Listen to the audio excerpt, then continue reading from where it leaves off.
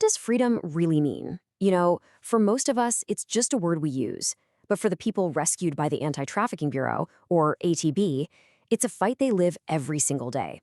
So today, we're going to dive into their 2025 impact report to understand not just the dramatic rescues you see in the news, but the long, tough journey of rebuilding a life from scratch. Okay, let's start with a big number, 102. In 2025 alone, the ATB rescued or helped rescue 102 people. Now, that's not just a statistic on a page. That's 102 lives, 102 futures that were almost completely stolen. It's a huge victory, and it's absolutely worth celebrating. But here's the thing. What happens after that? After the door gets kicked in and the news crews pack up and go home. That one moment of rescue, well, that's just the first second of a journey toward freedom that can last a lifetime. And that journey is what we're really here to understand. It all starts right here, on the front lines. We're talking about the high-stakes, incredibly dangerous world of intervention. Now, these aren't lone wolf operations. Not at all. Rescues are these super complex, multi-agency efforts. You can see ATB agents right here on the ground, working side by side with national and international partners.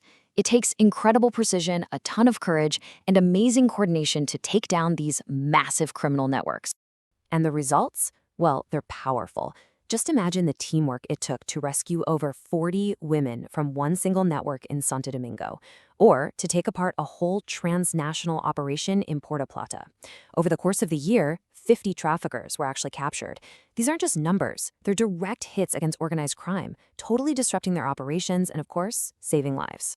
But going up against organized crime like this, sometimes it uncovers a reality that is just so much darker. Crimes that are almost impossible to even wrap your head around. And this is a direct quote from the source material. An ATB investigation in Haiti uncovered a notorious organ trafficking ring.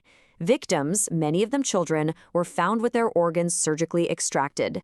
The precision of it all pointed to organized crime at its absolute most monstrous. I mean, the stakes for these investigators and for the victims they're trying to save, they just couldn't be any higher. And this really brings us to the core of the whole mission, because that big, explosive moment of rescue, that's just an event. It's one day. Real freedom, well, that's a long, difficult, and deeply personal process. So what does that process look like at the very beginning? Honestly, it's about meeting the most basic human needs. This chart shows you the kind of immediate, practical support survivors need. Flights to get them home to their families, money for food, help with rent so they have a safe roof over their head. These are the literal building blocks of a new life. For some, that immediate support is the difference between life and death. I want to tell you about Mariana, a 19-year-old survivor. Her story is just this stark reminder of how brutal this world is and why aftercare is so incredibly critical. While she was trying to escape, Mariana was shot by her traffickers. She suffered a devastating internal wound that required multiple, really complex surgeries. Today, she has to rely on a colostomy bag just for basic functions, and she's facing a future of ongoing medical care. The ATB is committed to covering all of her needs, because recovery from this kind of trauma takes so much more than just time. It takes constant, unwavering support. But beyond just surviving, there is so much hope. This is where survivors begin to really reclaim their lives, to take back their futures and move from just surviving to actually thriving. This is Karen. She's a survivor who, with support from the ATB, became a business owner. And her words, they just say it all. It shows that the emotional and psychological support, just believing in someone's potential, is every bit as vital as food or rent money. And there's a real pathway for this to happen. It's not random.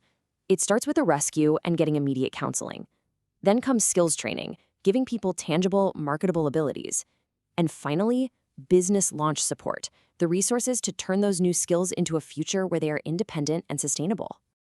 And here it is. This is the result. Look at these graduates from ATB-supported programs. They've earned certifications in everything from beauty to industrial sewing. This isn't just a graduation photo. This is a picture of autonomy, of resilience, of brand new beginnings. So, we've looked at the reaction and the recovery, but what about getting ahead of the problem? The next part of the mission is all about being proactive, all about prevention. A huge part of that is training the people who are already on the front lines. The ATB provides this intensive training in defensive tactics and advanced investigations to agencies like Homeland Security and the FBI, and even to prosecutors who are under constant threat. By equipping the protectors, they basically amplify the force for good, creating this whole network of highly skilled defenders. But that brings up a really crucial question. How do you protect the people who don't even know they're in danger yet? How do you reach the most vulnerable before it's too late? Well, the answer is surprisingly creative. Meet Hootlock and Friends. Yeah, the ATB developed this entire universe of characters, led by Hootlock the Wise Owl, to teach kids about safety in a way that's fun and engaging, not scary. It's a completely fresh and pretty innovative way to think about prevention. The very first book in this series gives families and schools a tool to talk about a really tough topic. It's all about empowering kids with the knowledge to trust their instincts and know how to stay safe. It's about building that resilience from the earliest possible age. So, after seeing the daring rescues, the long-term recovery, and these smart prevention efforts, you really get the full scope of this mission. But it's also clear that this is a fight that is far from over. If there is one thing you take away from all of this, let it be this simple but incredibly powerful idea. The rescue is just one day. Freedom is what you have to fight for every single day after that. Which leaves us with this final, profound question from the report itself. It's a reminder that this isn't just about stopping a crime. It's about restoring a fundamental human right. So how do we, as a global community, break chains that were never, ever meant to exist in the first place?